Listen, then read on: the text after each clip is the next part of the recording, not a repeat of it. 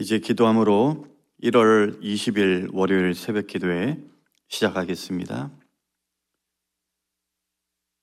새로운 한 주간을 살아갈 수 있도록 인도해 주신 하나님 감사합니다. 이 시간도 주님을 기억하며 예배하는 성도님들 가운데 주님 겸손한 심령을 허락하여 주시고 주님의 긍휼과 은혜를 힘입어서 믿음 가운데 살아갈 수 있도록 도와주시옵소서. 세상에 보이는 것들에 눈과 마음과 생각을 빼앗기지 않도록 붙들어 주시고 늘 우리 곁에서 도우시고 인도하시는 하나님의 손길을 의지하며 살아가는 우리들 되게 하여 주시옵소서. 오늘도 말씀을 통해 잠자는 우리의 심령을 깨워주시고 말씀의 도전 앞에 아멘으로 화답하며 순종의 걸음을 내딜 수 있는 우리 모두 될 수 있도록 축복하여 주시옵소서. 감사하며 예수님의 이름으로 기도합니다. 아멘. 다 같이 찬송가 311장 부르겠습니다.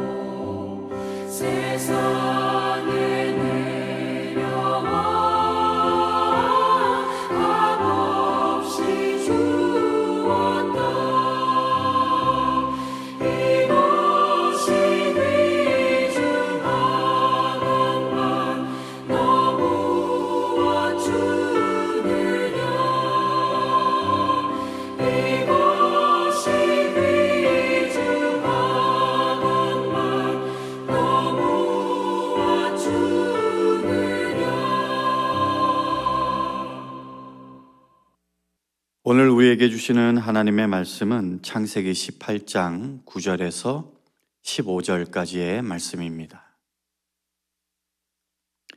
그들이 아브라함에게 이르되 내 아내 사라가 어디 있느냐 대답하되 장막에 있나이다. 그가 이르시되 내년 이맘때 내가 반드시 내게로 돌아오리니 내 아내 사라에게 아들이 있으리라 하시니 사라가 그 뒤 장막문에서 들었더라. 아브라함과 사라는 나이가 많아 늙었고 사라에게는 여성의 생리가 끊어졌는지라. 사라가 속으로 웃고 이르되 내가 노쇠하였고 내 주인도 늙었으니 내게 무슨 즐거움이 있으리요. 여호와께서 아브라함에게 이르시되 사라가 왜 웃으며 이르기를 내가 늙었거늘 어떻게 아들을 낳으리요 하느냐. 여호와께 능하지 못한 일이 있겠느냐. 기한이 이를 때에 내가 내게로 돌아오리니 사라에게 아들이 있으리라.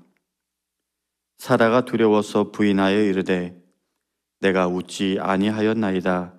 이르시되 아니라 내가 웃었느니라. 하나님의 말씀입니다. 오늘 본문 이야기의 시작은 이렇습니다. 한창 더운 대낮 어느 날 아브라함이 장막, 그러니까 텐트 문에 앉아 있었는데 잠깐 졸았던 것 같아요. 그러다가 고개를 들고 보니까 자기 맞은편에 웬 사람 셋이 서 있는 것을 보았습니다. 여기서 이제 세 사람의 정체, 그들이 과연 누구인가 논란이 있기는 하지만 그 중에 한 사람의 정체가 누구인지 1절은 이렇게 암시를 해줍니다. 여호와께서 마므레의 상수리 나무들이 있는 곳에서 아브라함에게 나타나시니라. 바로 여호와 하나님이라는 것이죠. 그러면은 나머지 두 명은 누구였을까? 오늘 본문 이후에 이어지는 내용을 토대로 해서 본다면 아마 이 두 사람은 나중에 소돔과 고모라로 향했던 천사들이었을 것이다 라고 학자들은 추정을 합니다. 사실 중요한 것은 아브라함이 세 사람을 보고 어떻게 반응했냐라는 것인데요. 2절만 제가 읽어보겠습니다. 눈을 들어 본즉 사람 셋이 맞은편에 서 있는지라. 그가 그들을 보자 곧 장막문에서 달려나가 영접하며 몸을 땅에 굽혀. 이후의 내용을 읽어보시면 아시겠지만 아브라함은 세 사람을 맞이해서 정성껏 대접했어요. 그러자 손님들은 대뜸 아브라함에게 너의 아내가 어디 있느냐라고 물어보았습니다. 그리고는 오늘 10절에 이런 말을 하죠. 그가 이르시되 내년 이맘때 내가 반드시 내게로 돌아오리니 내 아내 사라에게 아들이 있으리라. 엄청난 소식이죠. 오늘 보고 나면은 평생 만날 일이 없을지도 모르는 그런 사람들이었지만 아브라함은 그런 그들을 순수한 마음으로 대접했고 그로 인해서 전혀 예상하지 못한 복된 소식을 들은 겁니다. 그런데 장막문 뒤에서 그 말을 들은 사라의 반응 어떠했죠? 오늘 12절에 사라가 속으로 웃고 이르되 내가 노쇠하였고 내 주인도 늙었으니 내게 무슨 즐거움이 있으리요. 그동안 하나님을 믿으며 살아왔지만 자기가 처한 상황을 이렇게 바라보니 이제는 하나님의 할아버지라 해도 늙은 자기에게 아들을 준다라는 것은 절대로 불가능한 것이다 라고 단정지었던 것입니다. 그런데 여러분, 이게 이상한 반응이라고 할 수 있을까요? 당연한 인간적인 반응 아닐까 싶습니다. 둘 다 늙었다고 하는데 오늘 본문에 보면요, 11절, 12절, 13절 반복해서 늙었다라는 표현이 쓰여지고 있어요. 그만큼 늙었다라는 것을 강조하고 있는 것이죠. 더군다나 사라는 폐경이 지나버렸다. 그러니 임신한다라는 것은 신체적으로 불가능한 그런 일이었던 거죠. 그러면 사라의 모습, 믿음이 없는 모습이라고 할 수 있을까? 만일 성도님이라면 어떻게 반응하셨겠습니까? 과학적으로, 의학적으로, 상식적으로 불가능한 일이 나에게 일어날 것이다 라고 한다면 그것을 믿을 수 있겠냐라는 말이죠. 시간을 거슬러 올라가서 아브라함이 하나님의 말씀을 따라 고향과 친척과 아버지의 집을 떠났을 때만 해도 그와 사라에게는 아들이 있게 될 것이라는 그런 신라 같은 희망이라도 남아 있었습니다. 그러나 시간이 지나면서 그들은 더 이상 가능성이 없다라고 판단하며 그렇게 조금씩 아들을 가질 수 있을 것이다 라는 희망을 접어버렸죠. 그래서 창세기 16장에 보신 분들은 아시지만 아브라함과 사라는 여종 하갈을 통해서 아들을 얻어 후손을 이어가려고 하는 인간적인 방법을 취했던 것입니다. 자기 일을 둘러싸고 있는 상황을 보면 조바심이 났고, 그래서 하나님의 때를 기다리지 못하고 인간적인 방법을 동원했던 것이죠. 그러면 하나님은 도대체 왜 그렇게까지 그 약속을 성취하는 그것을 지연하셨던 것일까요? 준다고 하셨으면 좀 빨리 주시면 좋았을 텐데 무슨 아브라함과 사라와 줄다리기 하는 것도 아니고 말이죠. 그런데 이런 생각이 들었습니다. 만일 아브라함과 사라가 여전히 아이를 가질 수 있는 나이였을 때, 아니 아주 작은 가능성이라도 그들에게 남아 있었을 때에 그들이 아들을 가졌다라고 한다면 과연 그들은 그것을 하나님의 약속대로 이루어진 역사하심이라고 생각하고 믿었을까라는 겁니다. 저는 하나님이 그토록 지연하셨던 까닭은 조금의 가능성조차 완벽하게 제거하기 위함이 아니었을까라는 겁니다. 다시 말해 내가 기여할 수 있는 부분은 0, 그리고 하나님에게는 100, 이때를 기다렸던 게 아닐까 싶어요. 여러분, 오늘 사라 이전에 아브라함 역시도 이미 창세기 17장에서 자녀를 주시겠다라는 하나님의 말씀을 믿지 않았습니다. 아브라함 역시 이렇게 반응을 했어요. 17장 17절에 아브라함이 엎드려 웃으며 마음속으로 이르되 100세 된 사람이 어찌 자식을 낳을까?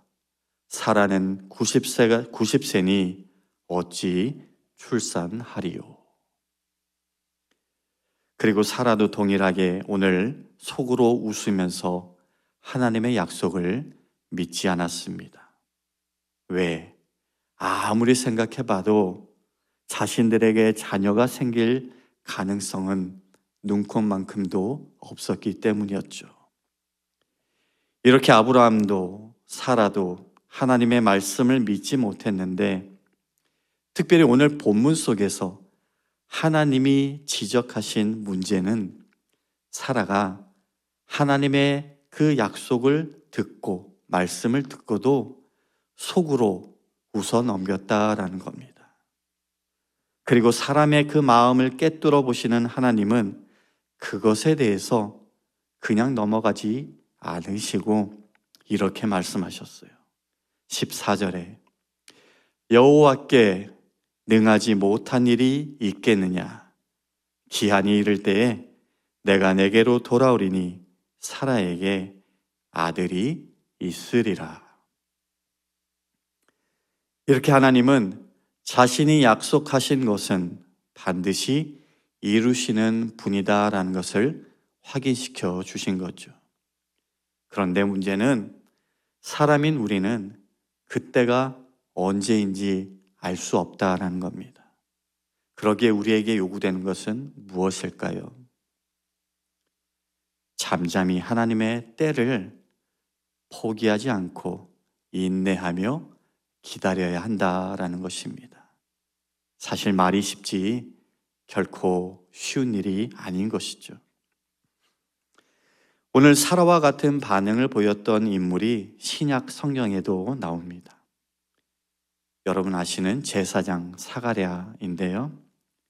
요한의 수태고지를 받고 그도 이렇게 반응을 했죠. 누가복음 1장 18절을 보면 내가 이것을 어떻게 알리요? 내가 늙고 아내도 나이가 많으니이다. 나이 많은 할아버지와 할머니가 어떻게 아이를 가질 수 있겠냐라는 것이죠. 그런데 중요한 것은 그런 사가랴의 반응을 천사 가브리엘은 불신으로 여겼다라는 사실입니다. 제사장이었음에도 불구하고 그는 자신의 이성과 상식을 뛰어넘는 천사의 수태고지를 일어날 수 없는 일이다 그렇게 여겼다라는 것이죠. 그런데 모든 사람들이 이러한 상식과 이성에 갇혀서 하나님의 기적을 믿지 못했던 것은 아닙니다. 믿음으로 반응했던 한 인물이 있으니 예수님의 어머니 마리아이죠. 처녀인 마리아가 남자와의 관계도 없이 임신을 하여 아들을 낳는다라는 그 얘기를 들었을 때 마찬가지로 말도 안 되는 그런 일이었겠죠. 그렇기 때문에 마리아도 그 얘기를 들었을 때 자기는 남자를 알지 못하는데 어떻게 그런 일이 있을 수 있겠냐라고 반응했습니다. 그때 가브리엘 천사가 이렇게 말을 했죠. 성령이 내게 임하시고 지극히 높으신 이의 능력이 너를 덮으시리니 그러면서 대저 하나님의 모든 말씀은 능하지 못하심이 없느니라 라고 말했습니다. 사람은 시간과 공간의 제약을 받는 유한한 존재이기 때문에 그런 일들이 불가능할 수 있지만 하나님의 말씀은 가능하다라는 겁니다. 오늘 사라에게 여호와께 능하지 못할 일이 있겠느냐라는 말씀과 같은 것이겠죠.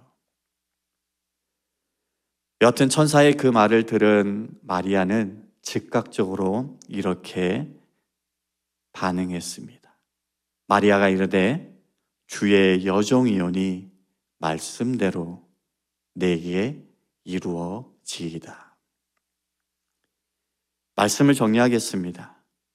오늘 본문을 통하여서 우리는 하나님의 전능하심을 다시 한번 깊이 묵상해 보기를 원합니다.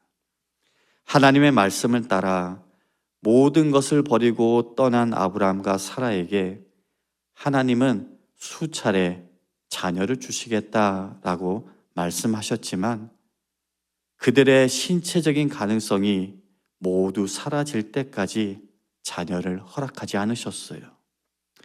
그래서 그들은 하갈을 통해서 이스마엘을 낳기까지 되었죠.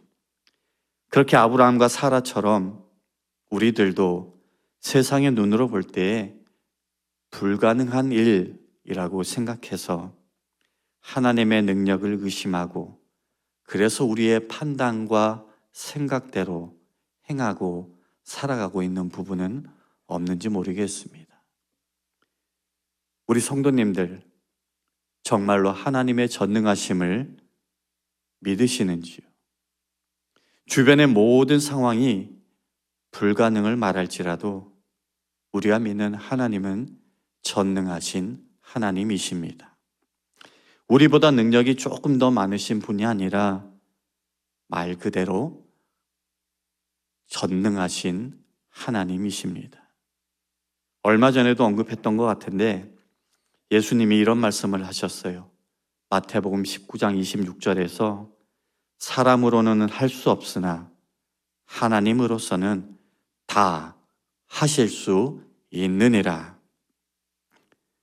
우리는 비록 연약한 존재이지만 성령님께서 우리에게 임하시고 지극히 높으신 하나님의 능력이 우리를 감싸시면 말씀대로 모든 것이 이루어질 것입니다. 사랑하는 성도 여러분, 2025년 올 한 해 여러분들의 삶이 하나님의 말씀이, 하나님의 약속이 이루어지는 복된 통로가 되시기를 축복합니다. 그러기 위해선 믿음 가운데 참고 기다리며 끝까지 순종하실 수 있는 우리 모든 성도님들 될 수 있기를 주님의 이름으로 간절히 축원합니다. 기도하겠습니다. 신실하신 우리 하나님은 약속하신 것을 반드시 지키신다라는 것을 항상 기억하며 살아가는 우리들이 되길 원합니다. 상황적으로는 불가능해 보인다 할지라도 하나님의 기적을 믿고 끝까지 인내하며 말씀에 순종하는 우리들의 삶이 되게 하여 주시옵소서.